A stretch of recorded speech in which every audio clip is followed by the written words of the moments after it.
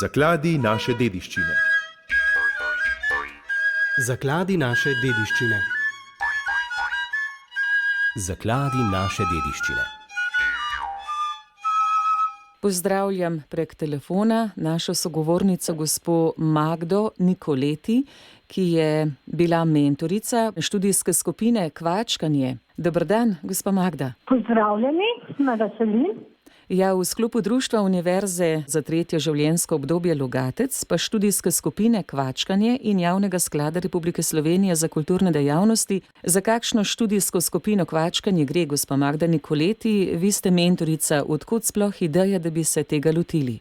Ženske rade ustvarjamo z rokami, mislim, da smo tudi spretne in hkrati tudi rade kakšno besedo zraven rečemo in ta dejavnost seveda to omogoča. Pod rok potem neki izdelek pride, pa še majčkeno poklepetamo, izmenjamo kakšna mnenja, kakšne izkušnje, tudi o kakšnih dogodkih se pomenimo in si tako obogatimo na en način življenje. Koliko časa pa vaša študijska skupina že deluje? Letos se družimo 13. leto. Z nekaterimi gospemi smo skupaj že od vsega začetka. Seveda pa vmes zaradi kakšnih ali zdravstvenih razlogov ali kakršnih koli drugih razlogov, preveč obveznosti ali česarkoli drugega, nekatere opustijo za kakšen čas ali pa tudi za dlje časa druženje, pa se nam druge pridružijo, pa gremo spet skupaj naprej. Skratka, 12 let je kar že neka doba. Kaj vse ste nakvačkale to leto oziroma za razstavo? Ja, razstava je v avli upravnega centra Logatec. Vsako leto na začetku v oktobru določimo neko temo, s katero se bomo ukvarjali pri kvačkanju, in tale razstava trenutno v upravnem centru je rezultat dela v preteklem šolskem letu. Tema je pa pripomočki oziroma etuji in podobne stvari za hoditi v šolo, kot so puščice, kakšne torbice in take stvari, kamor spravimo vinčnike, tudi kakšen novitek za sodobnejši medij, kakšen bralnik ali pa kakšen kalkulator in take stvari, ki mislim, da res polepšajo vsako tako stvar in mogoče pa še z večjim veseljem se družimo in se učimo. Gospa Magda, zakaj kvačkanje? Kvačkanje je zelo stara dejavnost, s katero so se več ali manj ukvarjale ženske.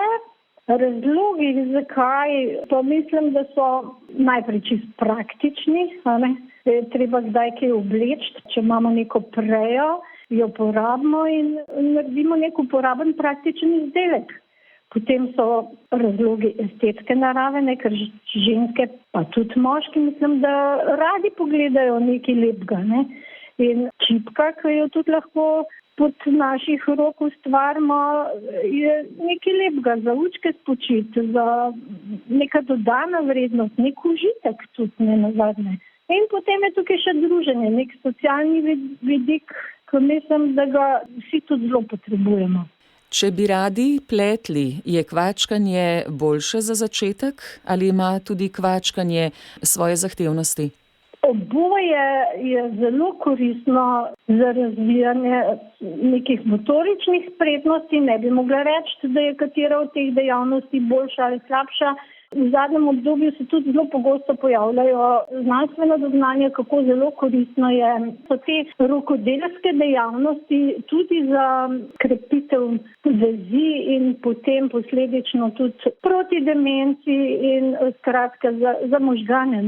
Tudi v ameriški vojski morajo vsi vojaki, ki se urijo, nekaj ur ročnih spretnosti usvojiti. Gospa Magda, kako se pa lotite osnov kvačkanja? Rabimo samo prejo, orodje, torej kvačko in roke. V roke vzamemo prejo, kvačko, po nekih navodilih, pravilih, ki veljajo pri kvačkanju. Začnemo in gradimo. Vrstico za vrstico, verižico. In kako visok nivo ste že zdaj dosegli v teh letih? Ja, mislim, da smo usvojili res veliko različnih tehnik kvačkanja. Še vedno pa mislim, da iz osnovnih petelj lahko narediš krasne izdelke, če pač upoštevaš neka čist preprosta pravila. Manj je več. Če bi vam rad kdo sledil, gospa Magda, se lahko obrne na vas ali ste zaključena skupina?